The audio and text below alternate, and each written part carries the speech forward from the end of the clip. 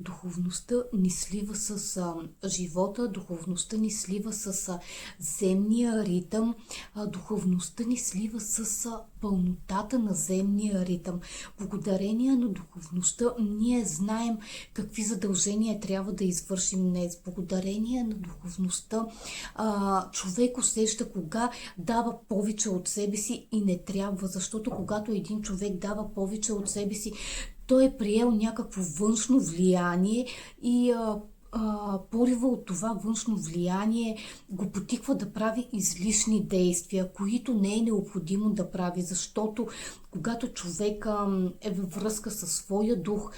той няма да се лута, той няма да се чуди какво трябва да направи, няма да се чуди това за мен ли е, не е ли за мене, а просто ще знае нещата, които са му дадено, защото всеки човек идва на земята с определени дадености, до които той трябва да достигне, с определени дадености като знание, до които той трябва да достигне, трябва да развива, с определени блага, които са в него и за които той трябва да се труди, така че тези блага да работят с него и да придобива нови и нови блага, да се слива все повече със своя дух, защото това е част от земния живот, която ние хората пропускаме, която ние хората сме добре забравили, но пък е време добре да си припомним